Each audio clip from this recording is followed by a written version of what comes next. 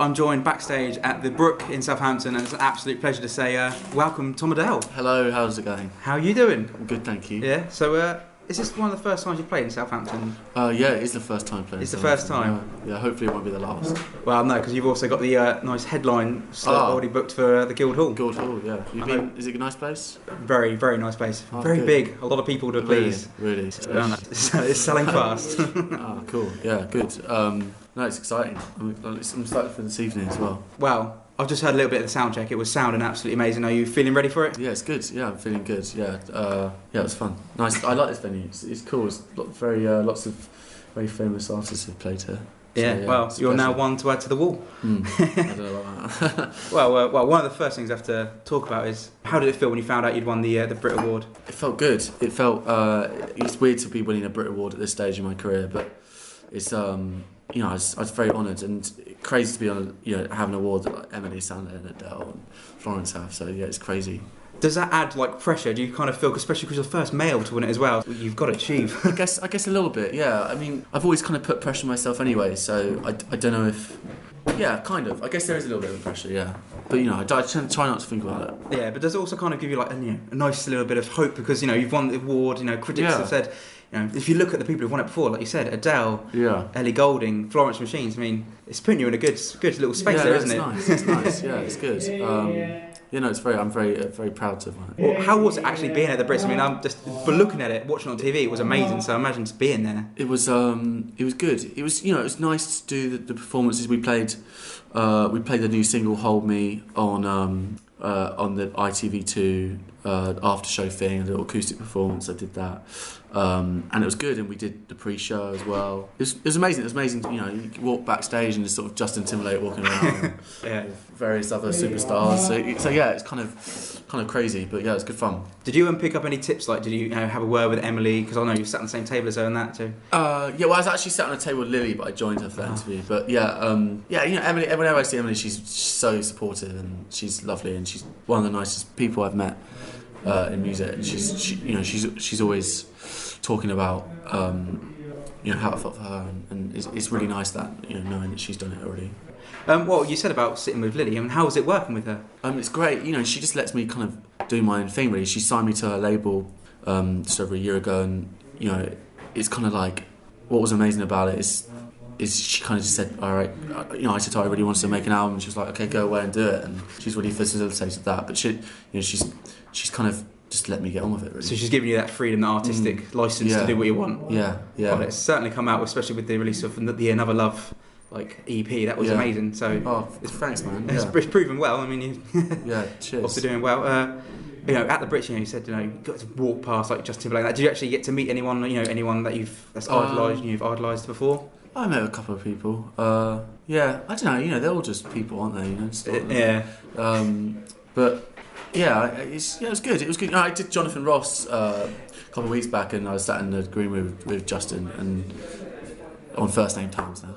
Oh yeah, you have to beat it once. And, it goes Justin, then it goes JT. Yeah, that's when you really know it. No, yeah. Or just J. That's Jay Z. No, it's cool. He's a very cool guy. How was the Jonathan Ross show? Because I watched it and it looked so much fun. Was it a lot of fun to be there? A lot of tequila. Yeah. Yeah. But no, it was good fun. It was good. Doing. I kind of grew up watching Jonathan Ross, so it's mad to be on it. Yeah, be there. But yeah, it's good fun. Yeah. What is your ambition? What was when you first started out? What was the goal for Tom Odell? Just to be able to release a record. Really, that was one of my biggest ambitions, was to be able to put an album out and tour it, and we're about to do that. So I'm still so happy, but I just want to, I hope people like the music, and I hope I'm still able to do what I'm doing now. It's like, I don't take it for granted. I've worked really hard to get to this point, and I hope people like the album, and it'll be out soon. Yeah, so end of April it's coming out. April 15th. April 15th. Long way down. How long has it taken you to write? Has it been a process that's been going for years, or have all these songs been relatively new? I guess for Long Way Down it was kind of it's been about a year and a half. Most of the songs been written in the past year and a half or the past couple of years. It's weird that, because I wrote so many songs growing up as a teenager, but I always expect them to be on the album. But it's weird how you keep going, you keep writing new songs, and the new songs always sound better than the old songs, so it ends up being quite your latest work. But yeah, I've been writing since I was like 12 or 13, so it's like they say your first album's you've been writing your whole life. So is that how long you've been playing as well, piano and everything? I played since I was about 7. So quite young. You got started nice and early. Yeah. How was the album sound? Because we've only heard a few songs of it so far. How does it sound? Are you happy with it? I don't know. It's quite live. I recorded it with my band. I wanted Long Way Down to sound quite raw and quite genuine. Yeah, and not too much. I haven't used any auto-tune or any processed beats or anything like that. So it's all live, and it's not perfect. But I wanted it to sound human, and kind of like what the Foo Fighters did with their last album. They did it all live and raw and onto tape as well. Yeah. I guess along those vibes. Yeah. So who is like your main inspirations? I know you've tweeted about David Bowie before. So is it people like him that you grew up with? I've never really had like one artist that I just listen to. I mean, I've always I go through phases of listening to different people. So there's not really one. I mean, I grew up. One of the first records I ever bought was "Goodbye Yellow Brick Road" by Elton, and then Elton John, and then. So that's quite good, because my first ever record I think was Spice Girls or something like that. So it's really, not very cool. At least you got a cool one. No, and then I listened to lots of Bob Dylan growing up, Leonard Cohen, Tom Waits, lots of American singer-songwriters. Yeah. And then also bands like Arcade Fire. I love. Who else? Yeah, lots of artists. Cat Powell from. Yeah. Oh, because listening to Can't Pretend and Never Love, I'm hearing like hints of Radiohead. Are they? Have you ever? Yeah, I like Radiohead. Yeah. I've never been a diehard fan, but I like Radiohead. Yeah. Yeah, just with some of the piano chords and the structures, I just kind of heard some sort of influence. Oh, that's there. cool. I'm pleased that's very touching. Yeah. No, it's good. So I won't keep you too long, because I know you want to go get some food before the gig. That's right. You've got the show tonight, then you've got the Guildhall in it's October, isn't it? October, yeah. October. What other plans have you got for the year?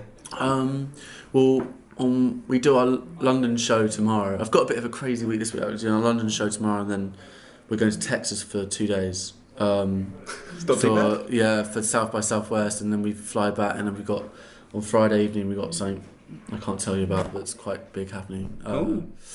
And then we just got stuff in Europe for the rest of the month until the album comes out, and various things, and then we do an American tour at the end of April. So it's kind of just full on at the moment. No really time to break. It's great though. I feel so. It's nice because people want to see us live and stuff, and that's amazing. I'm so pleased, and putting a lot of work into getting the live show. It sound amazing.